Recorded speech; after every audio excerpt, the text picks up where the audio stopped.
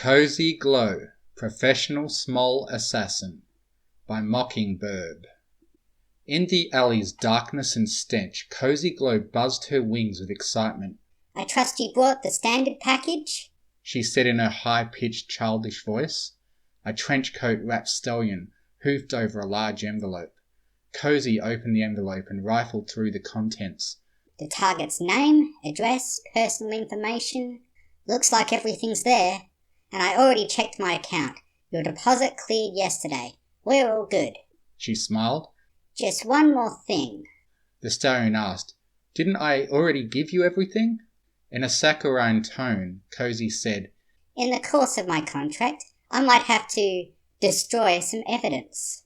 Some pony might find out about our little deal. If they talk, they could get me in trouble." The stallion waved a forehoof. "Are you trying to charge extra? Because I already paid you plenty."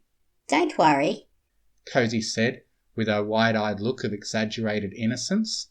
"it's already taken care of." The stallion looked down at the blood leaking from his stomach. "Oh, I see. I suppose I am a potential witness." He fell to the alley's rough, dirty pavement, cracking his skull. "I am good, Cozy bragged to herself. but I always complete a contract, even if the client isn't still alive to check up on my work. Let's see who I get to kill next." She re-inspected the envelope's contents.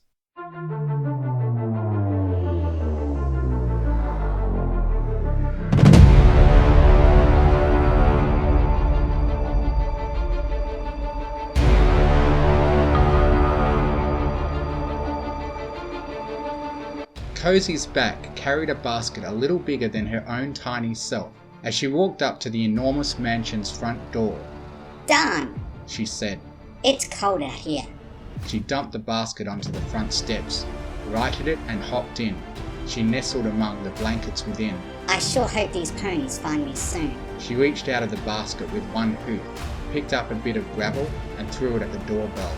The doorbell didn't sound. She tried again, striking the doorbell dead center, but with no result. "How can such rich ponies have such a cheap, cruddy doorbell?" She asked. She picked up another piece of gravel and threw it at the window. With a crash and a tinkling, a pane of glass broke. A moment later, light started to come on. After another minute, the door opened. "Wah! Cozy Glow cried. Wah!" "Oh, you poor dear," Celestia said. "Did some pony abandon you? Let's bring you into my humble castle and warm you right up." "Yes," Cozy said to herself. "I'm in." Minutes later, Cozy Glow was in a situation some ponies her age would find embarrassing. Most would find completely mortifying, and a very few would find far more gratifying than they should. Cozy Glow, however, took a professional attitude. Her only feeling was a quiet satisfaction that her ruse was working. Being wrapped in a diaper, being cuddled and bottle-fed warm formula, she was willing to do anything, put up with any hardships to succeed. Compared to the time she crawled through 3 miles of barbed wire and swam up 3 more miles of sewers just to assassinate Prince Blueblood's older brother on the toilet, this was a piece of cake. Like taking candy from a baby, but even easier, because her target brought the candy to her and insisted she take a big delicious bite.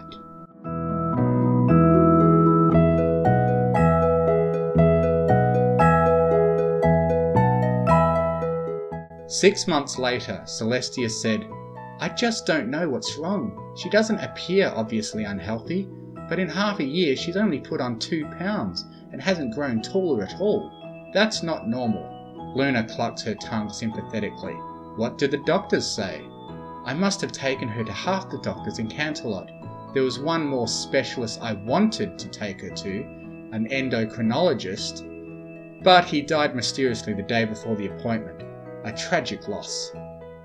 "That's very sad. Isn't there any creature else who can help you?" Celestia shook her head. "I don't think so, and it's such a shame too. Just when I've been preparing to finally change my will to make sure little Gleam would be taken care of if anything happened to me." Silently, Cozy thought, "Yes." but then she stopped cheering. Was she going to be left out of the will just because she wasn't growing bigger? Luna said, "If she's sickly, surely she needs her future to be provided for, even more so." Celestia nodded. "Yes, that's still taken care of. When she turns 18, she'll inherit the usual daughter's portion and dowry. But if she never grows any bigger, she'll never be able to do the work of a proper noble. So there's no point in making her the heir of any high title. That would be far too much burden for such a tiny, weak little creature." Cozy raged. Just because she was forever the size of a foal and wasn't growing any bigger, she wouldn't inherit the crown and rule all of Equestria? That wasn't fair at all!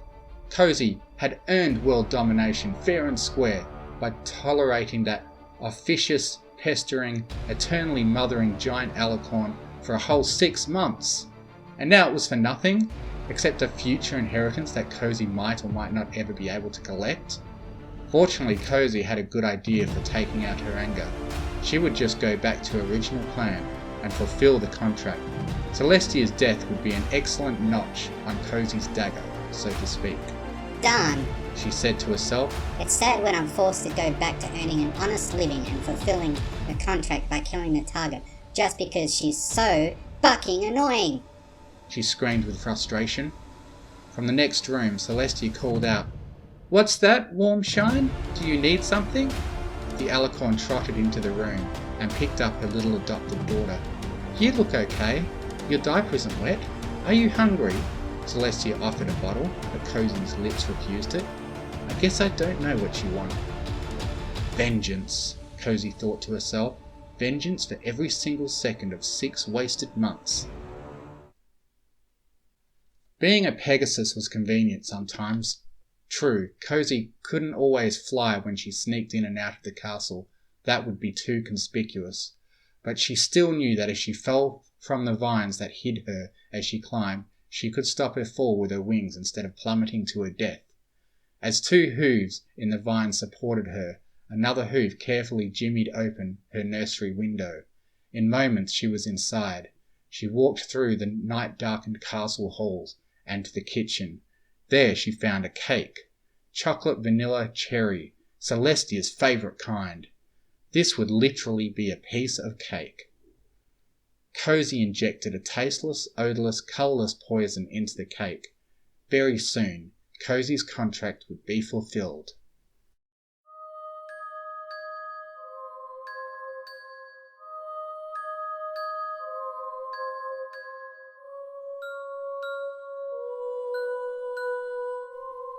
Celestia looked around the banquet hall at the dozens of ponies slowly collapsing. She rang a bell. "Waiter!" she shouted. "What?" "Bring 200 paramedics, stat! And stop serving dessert. It doesn't seem to be going down well." "Yes, Your Highness." The waiter ran out of the room. At the end of the night, high diplomats from several different countries were pronounced dead, along with many miscellaneous equestrian nobles and dignitaries. Only Celestia and her fellow alicorn, Luna, had survived the dinner. For once, even the gossips hardly knew what to say, but every pony seemed to think it looked like trouble. Prince Blueblood relaxed in his bath. Something put pressure on his back. Was some creature trying to strangle him? He started to raise his hooves, but a soft, high-pitched voice stopped him with 2 words. "It's Cozy." His eyes opened to see a tiny foal-sized Pegasus. One forehoof held both ends of a garrote, and the other held a dagger. Blueblood smiled with a calm he did not feel. "Hello, Cozy. I'd like to say you're looking well, but the truth is, I don't think a diet of all foal formula all the time suits you. You're looking a little pudgy." He smirked. Cozy snorted. "You're lucky I know what a contemptible pony you are, or maybe you would be able to hurt my feelings." "To what do I owe the pleasure of your visit?" "I don't like my current situation. I've decided to fulfill my contract." Slowly and carefully, Blueblood shrugged. "What's that to me? So do it. Unless I'm the target, of course. But isn't my insurance policy with you all paid up?" Cozy grimaced. "If Celestia were to die, what would that mean for your own prospects?" "It wouldn't do me much good, I fear. Equestria is a very sexist place. They would never accept a mere unicorn stallion on the throne. And there's the minor problem of how to handle the sun and moon, of course. Cozy sneered. Are you telling me you're chicken, Prince Blueblood? Merely realistic. I have nothing to gain from her death, and much to lose. If some pony assassinates Aunt Sally, the sun won't set on Equestria until the killer is caught. If Celestia is your target, I advise you to break your contract. Cozy stared into Blueblood's eyes. Her hoof very slightly twisted the garret. You know something you're not telling me, Blueblood. Out with it. The unicorn prince sighed. If you truly want to, say, change Celestia's circumstances, there is one power which might be able to equal Celestia's, and maybe even move the sun and moon, which would be a handy thing for any usurper. What is it? How do I get it? You might have heard of the elements of harmony and the power of friendship, Government propaganda. Cozy said angrily. You don't conquer your enemies with a cute song and dance numbers and the power of friendship. Friendship is for weaklings who can't take what they want by force. As that may be, but I do know of some ponies who claim to offer a path to this power, even if they're lying, even if they're faking, they might have some kind of clue. If you can properly use them, even if it's a sham, it might offer you a way to get at some powerful, important ponies who are involved. Cozy gritted her teeth. Stop obfuscating and talk. One way to gain access to some friends of Princess Twilight Sparkle herself would be to apply to what she calls her School of Friendship. If the school is what it claims to be, you might learn to wield the elements of harmony, even if it's a fake. Some of her friends teach there.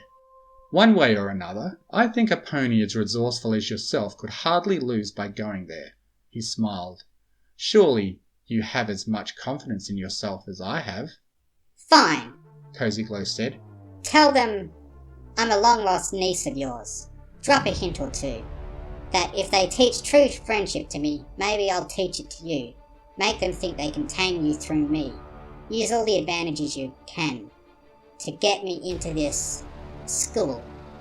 As the pressure on the garret relaxed slightly, Blueblood took a deep breath.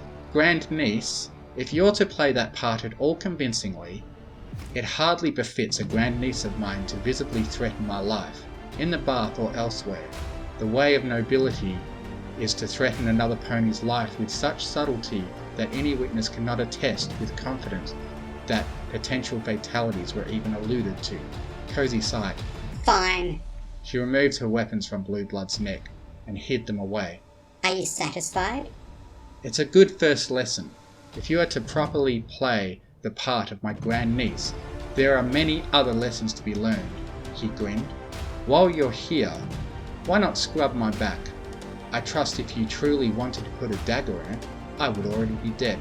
So in a way, you're the safest bath assistant I could choose from among all Equestria. Fine. Cozy Glow agreed. She picked up a scrub brush shaped like a duck. But afterwards, I could use a bath myself. I had to do a lot of sneaking and creeping just to get in there. Blueblood nodded. For as long as you hold up your end of our alliance, I shall always treat you as a lady and a relative. Getting you properly cleaned and dressed in the style of nobility is only one early move in a very long game. The two ponies shook forehooves. Pleasure doing business with you, Cozy said. May our deal last forever.